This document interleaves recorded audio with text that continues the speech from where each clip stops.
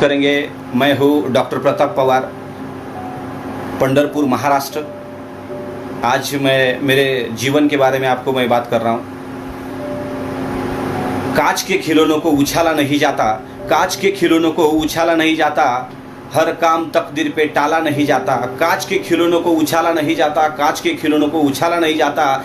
मेहनत करने से हो जाती है मुश्किलें आसान, मेहनत करने से मुश्किलें हो जाती है आसान, क्योंकि हर काम तकदीर पे टाला नहीं जाता, क्योंकि हर काम तकदीर पे टाला नहीं जाता। दोस्तों, मैं इस आईएमसी सिस्टम में किस तरह आया, किस तरह इस सिस्टम में मैंने प्रेसिडेंट हासिल कर दिया, इसके बारे में मैं ज़रूर बताऊंगा आपको। मैं डॉक्टर प्रताप पवार, एक छोटे से गांव का लड़का। मेरा गांव का नाम है खेड़बोसे नाम का गांव है, और उस गांव में मैं रहता था। और एक फर्स्ट से लेके फोर्थ तक मैंने वहाँ पढ़ाई की। उसके बाद मेरे पापा ने मुझे पंढरपुर नाम जो सिटी है वहाँ पढ़ाई के लिए भेज दिया। मैं और मेरा भाई वहाँ पढ़ाई के लिए आए। पढ़ाई करते करते मैंने 5th में, 6th, 7th में मुझे 65-70% तक मार्क मिले। उसके बाद वहाँ मुझे एक पीसे नामक एक लड़के ने मुझे बोल दिया कि डॉक्टर पवार साहब कि हम यहाँ कैंडी बेचेंगे, गोलियाँ बेचेंगे। दोस्तों, मैं उस टाइम में गोलियाँ बेचता था, मैं गोलियाँ बेचता था, लेमन कैंडी बेचता था। वहाँ मुझे एक ऐसा मुहावजा मिला कि 1 रुपया की कीमत क्या होती है। दिन रात मैं गोलियां बेचने लगा, खुद की पढ़ाई खुद करना ऐसा सोचा। और उसके बाद 9th में मैंने ऐसा किया कि वहाँ एक चाय की टपरी डाल दी। वहाँ टपरी में मैं चाय बेचता था। जो हॉस्टल का लड़का था वो चाय बेचने लगा, लेमन कैंडी बेचने लगा, और उससे पैसा कमाने लगा, और अपना खुद का शिक्षण जो एजुकेशन है वो मैं पूरा करते गया। ऐसे बंद करो। तो पूरा मेरे शिक्षण जो एजुकेशन है, मेरा एजुकेशन मैंने खुद ही स्टार्ट कर दिया। उसका नतीजा मुझे ये मिला दोस्तों, उसका नतीजा मुझे ये मिला, 1 रुपये की कीमत। उस दिन मुझे पता चली कि 1 रुपये की कीमत क्या होती है। मेरे पापा ने मुझे हॉस्टल में भेजा था, तब मुझे खाने के लिए जो हॉस्टल में मिलता था वही खाना पड़ता था। सुबह से रात तक जो भी हॉस्टल में खाना दिया जाता था वो मैं खाता था। मुझे लगता था मुझे भी स्वीट खाना है। तो मैंने क्या किया कि हमारे पंढरपुर गांव में, हमारे पंढरपुर में एक भगवान का मंदिर है, विट्ठल मंदिर है। मैं विट्ठल मंदिर में जाके वहाँ का जो स्वीट रखा हुआ लोगों ने रखा हुआ रहता था उसका गोला बनाता था, और सोमवार से लेके शनिचर तक, सोमवार से लेके सैटरडे तक मैं वो गोला खाता था। और उस हमारे पंढरपुर में जहाँ भी शादी होती है मैं वहाँ देखता कि वहाँ जाकर मुझे कुछ स्वीट खाने के लिए मिलता है क्या। हर संडे को मैं हर शादी में जाता, वहाँ जाकर मैं बोल देता था मैं इधर से आया हूँ, मैं उधर से आया हूँ, और मैं खाना वहाँ खाता था। इतनी बुरी हालत थी दोस्तों। और वो करते करते मैं 10th मेरा पास हो चुका था। मैं उसके बाद मैंने 11वीं 12वीं में पढ़ाई, अच्छी तरह पढ़ाई की। वहां भी मैं खुद पका के खाता था। और उसके बाद एक मुझे ध्यान में आया कि जिंदगी में मेहनत करना बहुत जरूरी है। 12वीं में मुझे 84% अच्छे मार्क्स मिले। अच्छे मार्क मिलने के बाद मेरे पिताजी को लगा कि इसको मैं टीचर बनवाऊंगा, क्योंकि मेरे पिताजी भी 1 साल टीचर थे, प्राइमरी टीचर, स्कूल टीचर थे। और उन्होंने तय कर लिया कि तो प्रताप, मैं एक टीचर हूं तो तू भी टीचर बन जा। लेकिन जब मैं छोटा था, मेरे दिमाग में जो मेरा सपना था वो सपना ये था कि मुझे ड्राइवर बनना है, क्योंकि यहाँ से उधर, उधर से इधर जाने के लिए मुझे बहुत अच्छा लगता था। इसलिए मैंने क्या किया दोस्तों कि मेरा दिमाग में यही बैठ गया था कि मुझे ड्राइवर बनना है। खुद की गाड़ी ले लूं और वो ड्राइवर जैसे मैं काम करूं और इधर से उधर जाऊं। लेकिन जैसे जैसे टाइम बढ़ता गया तब मेरे दिमाग में आया कि मुझे कुछ तो अलग करना है। इसलिए मेरे पिताजी ने मेरे दिमाग में ये डाल दिया कि मैं नौकरी कर रहा हूं तो तू भी नौकरी कर। लेकिन उनका जो रिकॉर्ड मैंने देखा और उनको जो टाइम मिला था, मंडे से लेकर सैटरडे तक उनको जाना ही पड़ता था, स्कूल टीचर बन के काम करना ही पड़ता था, वो मुझे अच्छा नहीं लगता था। इसलिए मैंने फिर मेरा सपना अलग बन गया और मुझे मेरे जिंदगी में मुझे मालिक बनना था, खुद का जो समय है मुझे बचाना था। इसलिए मैंने सोचा कि मुझे एक अलग अलग तरीका का काम, ऐसा काम करना कि उससे मुझे खुद को टाइम कब मैं पहुंचाऊं, क्या करूं, मुझे खुद को समझ में आना चाहिए। और इसीलिए मैंने क्या किया दोस्तों कि मुझे लगा कि डॉक्टर क्यों ना करूं मैं। इसलिए मैंने कालिदास आयुर्वेदिक मेडिकल कॉलेज में एडमिशन ले लिया। 4.5 बरस वहां भी मैंने खुद हाथों से करके मैंने खाया। हर रोज चपाती बनाना, भाजी बनाना मैं खुद करके ये काम कर रहा था। धीरे धीरे वो भी दिन चले गए और उधर से आने के बाद यहाँ एक छोटा सा ओपीडी मैंने डाल दिया, यहाँ मेरा छोटा सा क्लिनिक डाल दिया। उस क्लिनिक में मैं हर रोज काम करता था। और उधर से आने के बाद जो एक स्टूडेंट जैसा मतलब काम करता है, उसी हिसाब से देखो, जो भी आयुर्वेदिक डॉक्टर आज जितने भी बाहर पड़े ना, वो एक ही काम करते हैं। वो काम होता है क्या पता है आपको? वो होता है एलोपैथी का काम, केमिकल की गोली लोगों को देना। मतलब वो पढ़ते हैं आयुर्वेदा की तो शिक्षा, और उसके बाद आने के बाद वो देते हैं केमिकल की गोलियां। तो मुझे ऐसा लगा कि मैं खुद एक आयुर्वेदिक डॉक्टर हूं, आयुर्वेदा का ख्याता हूं, एक अच्छा डॉक्टर हूं, तो क्यों ना मैं आयुर्वेदिक दवाई दूं। लेकिन दोस्तों, आयुर्वेदा की दवा लोगों को देना, इसका मतलब है हर एक के लिए 500-1000 का काम बनता है। इसलिए मैंने ऐसा सोचा कि धीरे धीरे करके इस प्रैक्टिस को छोड़ दूंगा, एलोपैथी प्रैक्टिस को छोड़ दूंगा, और उसके बाद मैं आयुर्वेदा की प्रैक्टिस करूंगा। और उसी दौरान मैंने 2 बरस के लिए एक हॉस्पिटल को ज्वाइन किया, एक आईसीयू को ज्वाइन किया। 2 बरस मैंने रात को उस आईसीयू में जाता था और वहां जाकर मैं नौकरी करता था और दिन भर मेरा क्लिनिक चलाता था। जैसा जैसा ये चल रहा था, ये कारवा चल रहा था, उसी दौरान 2007 का मैं पास आउट हूँ। उसके बाद 2009 में मेरी शादी हो गई डॉक्टर संध्या। मैं बहुत सौभाग्यशाली हूँ, क्योंकि मेरी जो शादी हो गई वो एक डॉक्टर से हो गई। उसका नाम है डॉक्टर संध्या रानी प्रताप पवार। तो उसके बाद देखो दोस्तों, हमने दोनों ने वो क्लिनिक चलाना चालू कर दिया। 2 बरस के बाद मैंने वो आईसीयू भी छोड़ दिया। आईसीयू छोड़ने के बाद मैं वो क्लिनिक चलाते मैंने धीरे धीरे आयुर्वेदा की भी प्रैक्टिस करना चालू कर दिया। मेरी जो बीवी है वो गायनेक भी प्रैक्टिस करती थी। इसीलिए हमने सोचा कि चलो हम एक बड़ा हॉस्पिटल डाल देते हैं पंढरपुर के अंदर। धीरे धीरे उस प्रैक्टिस से हमने एक जगह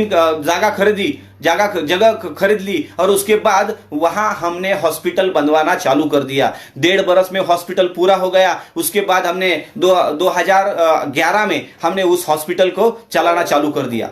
हमारी प्रैक्टिस इतनी बढ़ गई, पूछो मत। ये 150 से 200 लोग हम हर रोज चेक करते थे। धीरे धीरे ये भी चलता रहा था। और गायनेक की प्रैक्टिस होने की वजह से सुकून नाम की चीज हमारी जिंदगी में नहीं थी। सुबह से 9 बजे से लेकर रात को 11 बजे तक हमें वहां रहना ही पड़ता था। रात को कोई डिलीवरी आ गई तो हमको रात को भी वहां आना पड़ता था। हमने बहुत अच्छी तरह हॉस्पिटल चालू रख लिया। और अचानक से मेरे जिंदगी में एक अलग सा मोड़ आ गया। 2015 में एक आदमी मेरे हॉस्पिटल में आया और उसके हाथ में बैग था। वो बैग देख के मुझे लगा कोई एमआर होगा, इसलिए मैंने उसको पूछा कि भाई साहब क्या काम है बोलो। और उसको मैंने 1 घंटा बाहर बिठाया था, क्योंकि मुझे लगा था वो एमआरआई करके। तो वो आदमी हॉस्पिटल के अंदर आने के बाद बोला कि आप एक काम करो, मैंने एक कंपनी ज्वाइन कर ली है, आप भी उस कंपनी को ज्वाइन करो। जो लोगों को जुड़ाने से बहुत पैसा मिल जाएगा, लाखों करोड़ रुपए आ जाएंगे। ये बात सुनने के बाद मेरा दिमाग घूम गया दोस्तों, क्योंकि ऐसी जो कंपनी रहती है, मुझे पता था। मैं जब मेरा क्लिनिक चला रहा था, एक कंपनी मेरे पास भी आई थी और उन्होंने भी बताया दिया था कि ऐसे लोग जुड़वाने पड़ते हैं। उधर मुझे थोड़ा सा प्रॉब्लम होने के बाद 6 बरस मैंने ठान लिया कि किसी भी कंपनी में मैं भाग नहीं लूंगा, किसी भी कंपनी में मैं नहीं जाऊंगा, क्योंकि ऐसी कंपनी फ्रॉड होती है, ऐसी कंपनी ठग लेती है। इसीलिए मैंने उस कंपनी को छोड़ दिया और दिमाग में बिठा लिया था कि अगर कोई MLM कंपनी हमारे पास आए तो उसको हमको बाहर निकालना है। तो आदमी ने बोलने के बाद मैं झटके से उसको बोला कि भाई साहब आप यहां से निकल जाओ। वो आदमी बोला कि डॉक्टर साहब एक काम कर लीजिएगा, ये ज्वाइन करने का धंधा नहीं है, ऐसा मत समझ लो। ये ज्वाइन करने का धंधा नहीं है। आप काम करो कि मेरे पास से जो भी औषधि है वो लोगों को बेचो, उससे भी आपको फायदा हो जाएगा। लेकिन मुझे लगा ये MLM कंपनी है, इसका मतलब है कुछ तो प्रॉब्लम होगा ही होगा। इसीलिए मैंने उस आदमी को बोला कि भाई साहब देख लेंगे बाद में, तो आप चले जाओ। उसके उन भाई साहब के दिमाग में एक ही वर्ड था, देख लेंगे बाद में देखेंगे, ऐसा वर्ड उनके दिमाग में था। इसीलिए उस आदमी ने 15 दिन के बाद फिर से एक बार एंट्री मारी। दरवाजा जैसा ही खटखटाया तब मैंने उनको बोला कि आज मैं मिल नहीं सकता आपको। वो आदमी 2-3 घंटे बाहर बैठने के लिए तैयार हो गया। उसके बाद 3-3:30 बजे उसको मैं अंदर ले लिया और उसको बोला कि क्या क्या चाहिए आपको बोलो। वो बोला डॉक्टर साहब एक काम करो कि ये आपको धंधा जुड़वाने का धंधा नहीं है, वो छोड़ दो, दिमाग से निकाल दो। लोगों को भी औषधि देना नहीं आप मत दो। एक काम कीजिएगा, मेरे पास एक प्रोडक्ट कैटलॉग है, प्रोडक्ट कैटलॉग ले लो, इसको पढ़ो। एक तुलसी मैं आपको फ्री में दे देता हूं। जो चीज आपको फ्री में मिलती है वो आप लोगों को चाहिए, जो भी फ्री में मिलता है। तो मैंने वो तुलसी रख ली और उन्होंने बोला कि डॉक्टर साहब आपको एक काम करना है, इसका रिजल्ट आप देख लो। मेरे दिमाग में ये था, एक डॉक्टर आदमी जो अच्छी तरह प्रैक्टिस कर रहा है, उसके पास इतने बढ़िया औषधि है, इतने बढ़िया औषधि होते हुए भी दूसरे को औषधि क्यों लूं मैं, और अच्छी प्रैक्टिस के ऊपर पानी क्यों डाल दूं, ऐसा दिमाग में मेरे था। इसीलिए मैंने उनको बोला कि भाई साहब आप चले जाओ, बाद में देख लेते हैं। वही वर्ड उन्होंने दिमाग में रखा और 15 दिन के बाद वो आदमी फिर से मेरे हॉस्पिटल में आया और मुझे बोला कि डॉक्टर साहब आप तो देख लो। तब तक उस तुलसी जो दी थी, मैंने कुछ दिन के लिए उस तुलसी का इस्तेमाल कर दिया था। मुझे थोड़ा सा अच्छा लगने लगा था, मुझे हल्कापन महसूस होने लगा था, उस तुलसी से हल्कापन मुझे महसूस होने लगा था।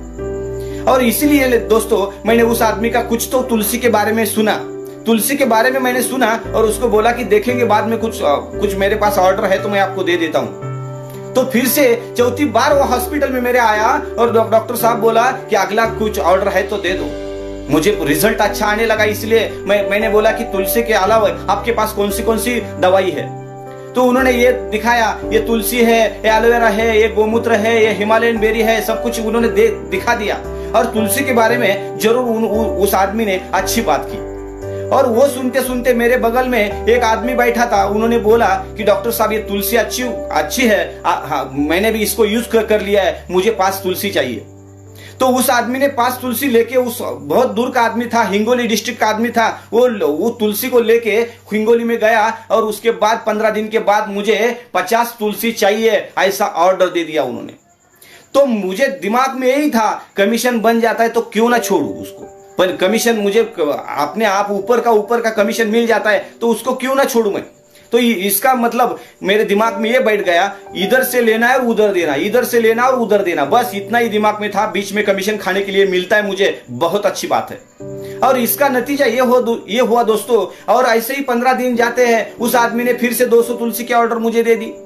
मुझे अच्छा लगा, यार मेरा तो कमीशन बन रहा है। लेकिन दिमाग में एक और चीज मेरे दिमाग में आ गई कि ये 2-2 से तुलसी मंगाता, इसके पीछे कुछ तो जरूर होगा। तो उस आदमी ने बोला कि उस आदमी का नंबर मुझे दो जिसने आपको मुझे तुलसी दे दी। मेरा कमीशन बनता था, इसलिए मैं उन लोगों का नंबर मैं क्यों दूं। तो मैंने बाद में जिस शख्स मेरे हॉस्पिटल में आया था, मैंने खुद फोन करके उनको बुला लिया कि राज शर्मा साहब मेरे हॉस्पिटल में आ जाइए, आपके जो तुलसी है वो बहुत बढ़िया तुलसी है, आपके जो बाकी जो प्रोडक्ट है वो बहुत अच्छे प्रोडक्ट है। उन्होंने मैंने वापस बुला लिया और मैंने एक फ्रेंचाइजी का ऑर्डर दे दिया। मेरे पास देखिए सब औषधि चलती है, तो मैं इस आईएमसी को क्यों ना चलाऊं, ऐसा दिमाग में आया। इसीलिए मैंने फ्रेंचाइजी लिए, 2,10,000 की फ्रेंचाइजी ली और ज्यादा से ज्यादा आईएमसी का औषधि देना चालू कर दिया। आईएमसी का औषधि से लोगों को बहुत अच्छा रिजल्ट आने लगा। घुटनों का दर्द हो, हेडेक हो या कमर का दर्द हो, जो भी पेशेंट मेरे पास आ रहे उसको बहुत अच्छा रिजल्ट आने लगा।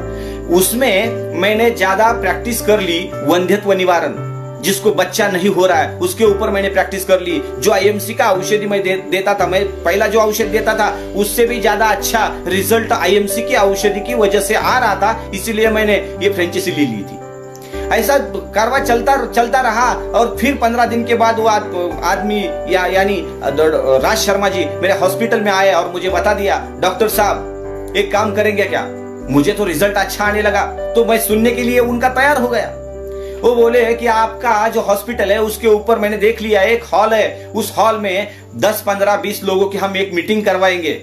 मैं बोला ठीक है, लेकिन मेरा फायदा क्या है उसमें। तो उन्होंने बोला कि मैं आपको 15 दिन को 1,000 रुपए दे दूंगा। इसका मतलब है 1 महीने का 2,000 रुपए होता है। इसका मतलब ऐसा होता है 1 बरस का 24,000 रुपए मिलता है। मेरा जो नगर पालिका, मेरा जो म्युनिसिपल पार्टी है उसका अपने ऊपर से ऊपर जाता है। इसी दिमाग से लेके मैंने उसको बोला कि ठीक है साहब जी, आप मीटिंग करवा लो। तो उन्होंने बोला कि आपके लोगों को आपको बुलाना पड़ेगा। मुझे अच्छा नहीं लगा, लोगों को बुलाने के लिए मुझे मत बोलो। ये बात ऐसी हुई दोस्तों कि लोगों को बुलाना है तो फिर से आ गया पंगा, फिर से प्रॉब्लम आ गई, फिर से जुड़वाने का धंधा आ गया। इसलिए मैं उनको बोला कि मुझे जुड़वाने की बात मत करो। एक काम कीजिएगा, आप लोगों को बुला लीजिएगा, आपके जान पहचान के जितने भी लोग हैं बुला लीजिएगा। मुझे खाली 1000 रुपए 15 दिन के चाहिए। 15 दिन में कब भी आप एक मीटिंग ले सकते हो, दूसरे 15 दिन में एक मीटिंग ले सकते हो, मुझे कुछ ऐतराज नहीं है। तो उन्होंने लोगों को बुलाया, खुद ही फोन कर लिया। मेरे पीछे झंझट मुझे नहीं चाहिए था। ऊपर का कुछ मिलता है कि ये एक्स्ट्रा इनकम किसको नहीं चाहिए। मुझे इस हॉस्पिटल से 3.5 लाख रुपए मिल रहा था दोस्तों, तो एक्स्ट्रा इनकम किसको नहीं चाहिए।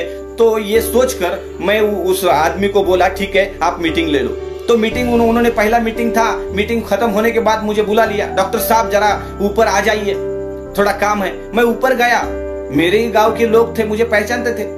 मैंने देख लिया वो सब लोग बैठे हैं, ये लोग सिखा रहे उनको, और लास्ट का जो ये रहा था कि सम्मान करना है। तो वो बोले कि डॉक्टर साहब आपका भी सम्मान करना है। मैं बोला मेरा सम्मान क्यों करना है आपको। वो बोला कि आपके हॉस्पिटल में मीटिंग लिया है, हमारा मीटिंग सक्सेसफुल हुआ है, इसलिए आपका हम सम्मान कर रहे हैं, आपकी वजह से ये हो रहा है। ठीक है, मैं बोला मेरे दिमाग में ये था नहीं तो डॉक्टर का कोई सत्कार वत्कार कुछ नहीं करता है, मान सम्मान कोई नहीं करता। तो मुझे भी अच्छा लगा, तो अच्छा महसूस होने लगा। तो उन्होंने मेरा हार वगैरह डाल के मुझे मतलब अच्छा सम्मानित कर दिया। लेकिन जाते जाते वो लोग बोले कि डॉक्टर साहब आपकी थोड़ी सी पहचान दीजिएगा। उन्होंने माइक मेरे हाथ में थमाया और बोले कि आपके बारे में थोड़ा सा बातें उनको करो करके। लेकिन वो माइक देखते ही मुझे टेंशन आया। वो माइक देखा, मेरा हाथ पाँव थर-थर करने लगा, मुझे प्रॉब्लम होने लगा, मुझे चक्कर आने लगे, ऐसा हो रहा था मुझे। तो वो माइक देख के ही ये प्रॉब्लम मुझे होने लगा। मैं उनको बोला कि मुझे माइक के ऊपर कभी मैं बोला नहीं हूं और बोल भी नहीं सकता हूं। तो माइक उनके हाथ में मैं वापस थमा दिया और मीटिंग खत्म हो गई, लोग चले गए। मैं नीचे आया, मेरे हॉस्पिटल में आया, मेरे कैबिन है उसमें आकर बैठा।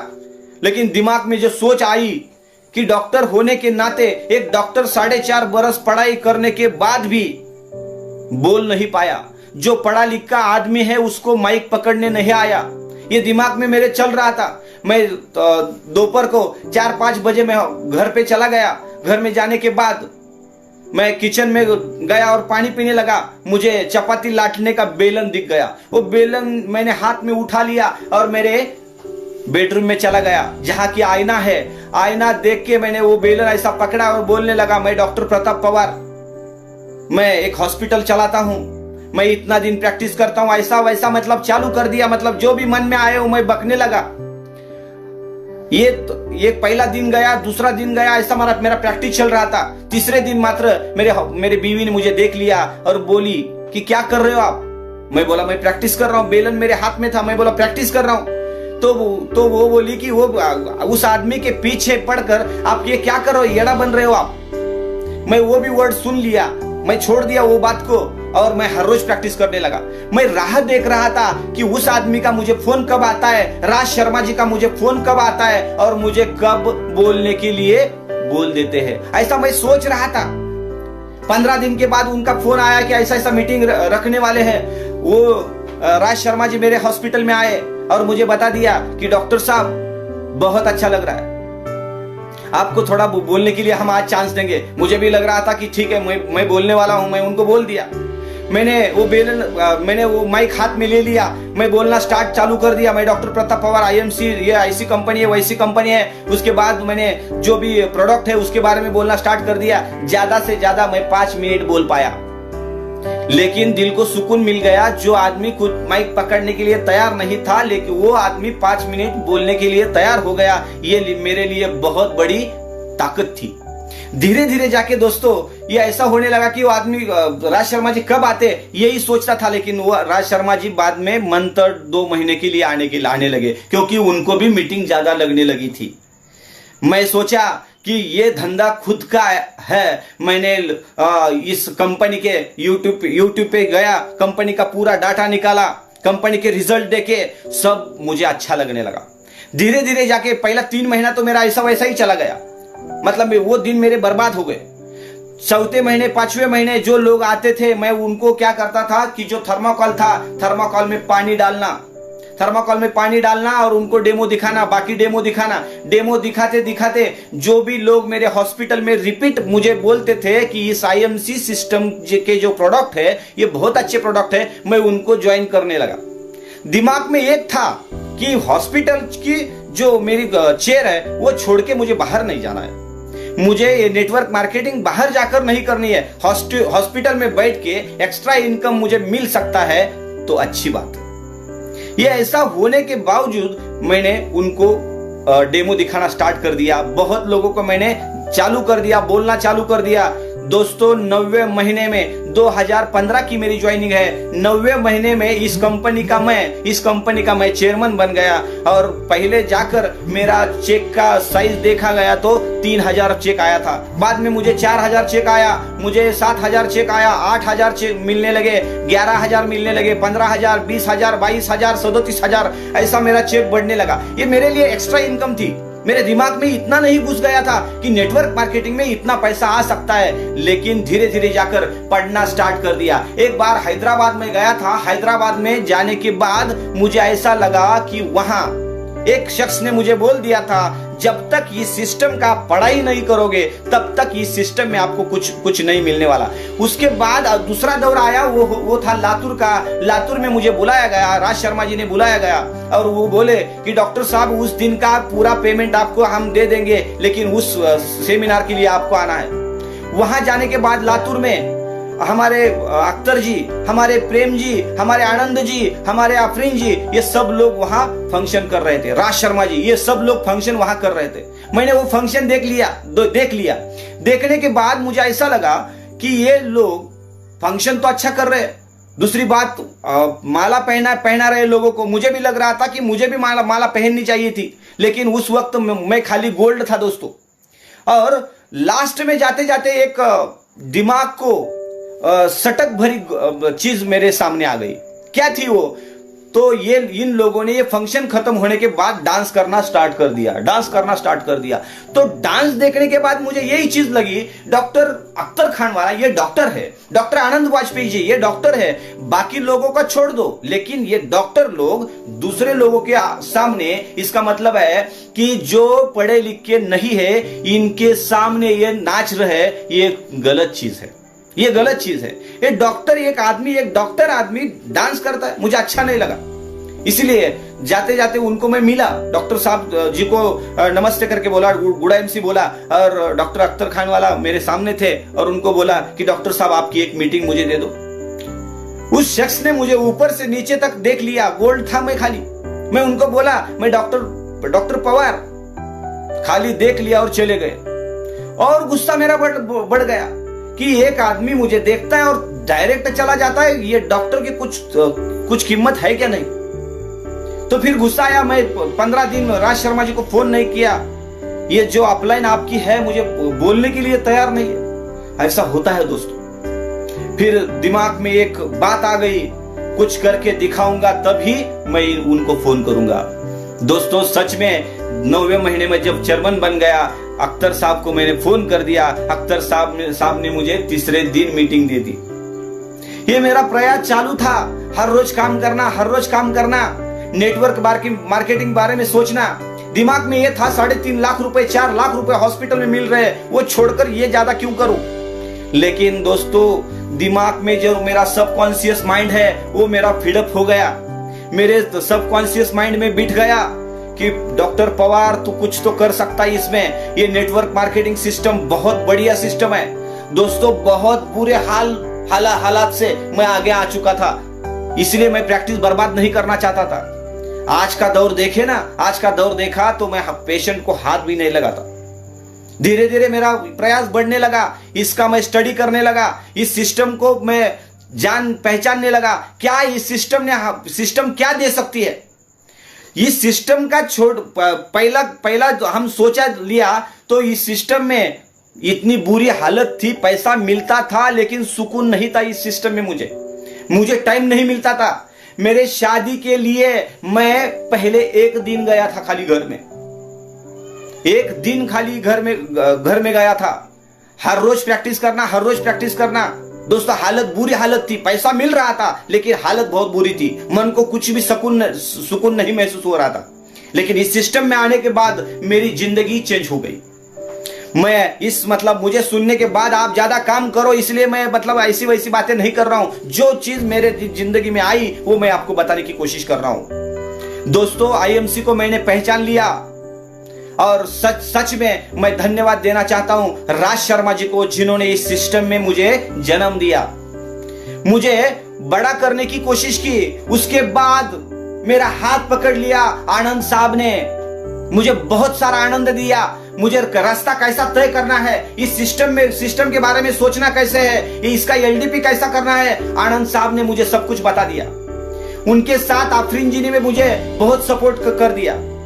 और मेरे जिंदगी में जो शख्स आया वो है डॉक्टर अख्तर खान वाला, जिन्होंने पवार से पावर बना दिया, जिन्होंने पवार से पावर। आज भी मुझे पवार करके कभी भी वो नहीं बोलते, मुझे डायरेक्टली वो बोलते power of IMC, power of IMC. मुझे भी गर्व महसूस होता है उस एक वर्ड की वजह से, पावर की वजह से मेरे में पावर आ जाती है। मैं ज्यादा काम करने की कोशिश करता हूं और जो भी अच्छी चीज है वो बोलने की कोशिश करता हूं। मैं कंप्लेन के निर्माण, मेरे दिमाग में अभी आईएमसी के बारे में कंप्लेन कभी नहीं आता। मैं कंप्लेन उनको कभी भी नहीं बोलता कि मुझे ऐसा प्रॉब्लम है। जिंदगी में डिफिकल्टी नाम का प्रॉब्लम जो है मेरे जिंदगी में कभी भी नहीं आएगा, आया भी नहीं। आगे जाकर देखिए अख्तर साहब को सब मैंने जो भी मेरे जिंदगी में निगेटिविटी आती है तो मैं उनको बताना चालू कर दिया। तो उन्होंने मुझे बोल दिया कि डॉक्टर पवार साहब, जो ट्रैक पे आप हो बहुत ही अच्छा ट्रैक है, बहुत अच्छा ट्रैक से आप जा रहे हैं। इस सिस्टम का एक्सपीरियंस की बात करूं, इस सिस्टम का एक्सपीरियंस की बात करूं, जो प्रैक्टिस में मुझे नहीं मिला इस सिस्टम में मुझे मिला। क्योंकि जब मैं हॉस्पिटल चला रहा था मुझे बाहर जाने की इजाजत नहीं थी। क्योंकि 2 दिन बाहर गया तो जिस पेशेंट को मैंने चेक कर लिया उसका क्या हो जाएगा, ये सोचते सोचते मेरा दिमाग पूरा घूम जाता था। लेकिन आज की बात करूं, 15 दिन मैं बाहर रह सकता हूं, ये ताकत इस सिस्टम ने मुझे दे दी। मैं दुबई जाकर आया, मैं थाईलैंड जाकर आया, मैं मलेशिया जाकर आया। एक डॉक्टर अपने हॉस्पिटल से काम करके बाहर के देशों में घूमने नहीं जा सकता, लेकिन इस सिस्टम ने वो मौका मुझे दे दिया। इस सिस्टम ने मुझे मौका दे दिया। मुझे बहुत अच्छा लगने लगा क्योंकि इस सिस्टम को मैंने फॉलो करना चालू कर दिया था। इस सिस्टम जो सिस्टम बोलता है वो मैंने करना चालू कर दिया था। जो रूल्स है, जो रेगुलेशंस है, वो मैंने पढ़ना स्टार्ट कर लिया, मैंने देखना स्टार्ट कर लिया। ज्यादा से ज्यादा लोग जो भी है मैं उनको ज्वाइन करता था, उसको सिखाता था, उनको पढ़ाने की मैं कोशिश करता था। और उसका नतीजा मुझे ये लगने लगा कि मेरा ज्यादा प्रोग्रेस हो रहा है। और प्रोग्रेस होते होते दोस्तों मेरा जो सफर का आपने दिमाग में ले लिया, तो 2015 की ज्वाइनिंग, 2016 को मैं इस कंपनी का चेयरमैन बना, 2017 को इस कंपनी का मैं एम्बेसडर बना, 2018 को इस कंपनी का मैं क्राउन एम्बेसडर बना, और 2019 की बात करें तो इस कंपनी का मैं प्रेसिडेंट बना। और उसके बाद की बात करें तो अभी लग रहा है, कल रात से लग रहा है मुझे कि मैं क्राउन प्रेसिडेंट बन सकता हूं। मैं क्राउन प्रेसिडेंट की लेवल सहजता पूर्ण मैं पूरा कर सकता हूं। कि दोस्तों इस लॉकडाउन में आपने सोचा भी नहीं होगा, क्योंकि मैंने खुद का रिकॉर्ड ब्रेक कर लिया। मेरे टीम से ज्यादा चेयरमैन निकले हैं। मेरा जो वैल्यूम है बहुत बढ़ गया है। रात को मैं 3 बजे सो नहीं पाया दोस्तों। और इसकी मिसाइल, सच में बात करूं, दिल से बात करूं, डॉक्टर अख्तर खान वाला जो वो बोलते वो मैं करता हूं, क्योंकि रूल फॉलो करना इस सिस्टम का नतीजा है।